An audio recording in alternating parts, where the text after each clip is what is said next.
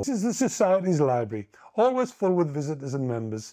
We have thousands of books here, covers all aspects of Sunderland's history, many of them really rare editions which we have over there.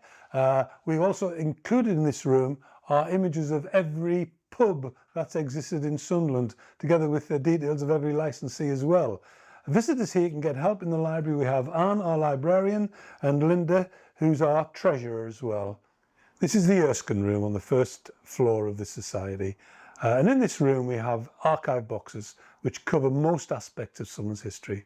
Members and visitors can come along here, take a box and do some research from the box. The boxes cover commerce, industry, schools, churches, buildings, individuals, and of course the shipbuilding industry of the town. The shipyards are well covered here. Every shipyard is covered. We have photographs of most of the launches that's ever taken place on the River Wear as well.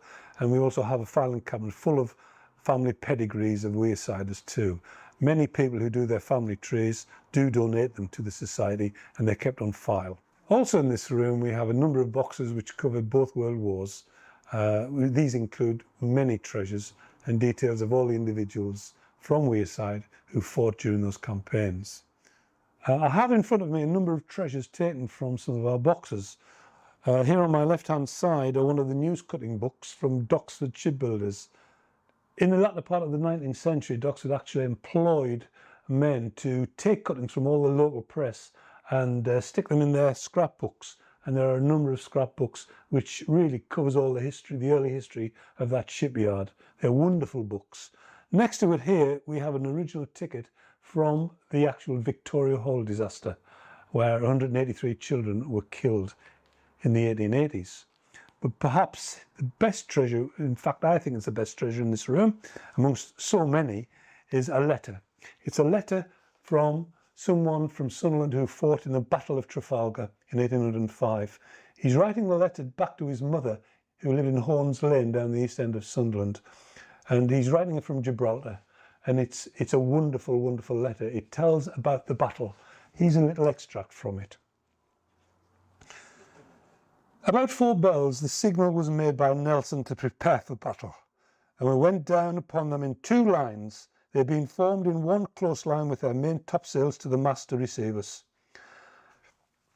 We were then very near them. At 11:30, the drum beat to quarters. Each messmate shook hands and wished each other well and went to their guns cheerfully. The signal at that time was made from the Victory that England expected every tar to do his duty, and the action was begun with 3 cheers about a quarter before 12 o'clock by us. The first broadside were let into the Frenchman, and we were within pistol shot of him, but they kept firing at us for 20 minutes before taking us fore and aft as we were running down before the wind. It's a remarkable letter, but what it does point out is that the seamen believe that the signal that Nelson sent was England expects every tar will do his duty, whereas Lord Collingwood said it was England expects every man will do his duty. It really is which aspect you're coming from, but I tend to believe the sailors. This is one of our attic rooms, and in this room we have our vast collection of glass slides from when photography first began, as well as hundreds of thousands of negatives of images of our town. We also have a large map collection starting from the early 18th century, at least 1 or 2 of them still on vellum. We have all the old tithe maps of the town as well. The 3rd floor also holds a number of archive boxes, including a dozen here in front of me from the River Wear Commissioners, which show the development of the river and the docks. The River Wear Commissioners donated them to us when they closed their offices.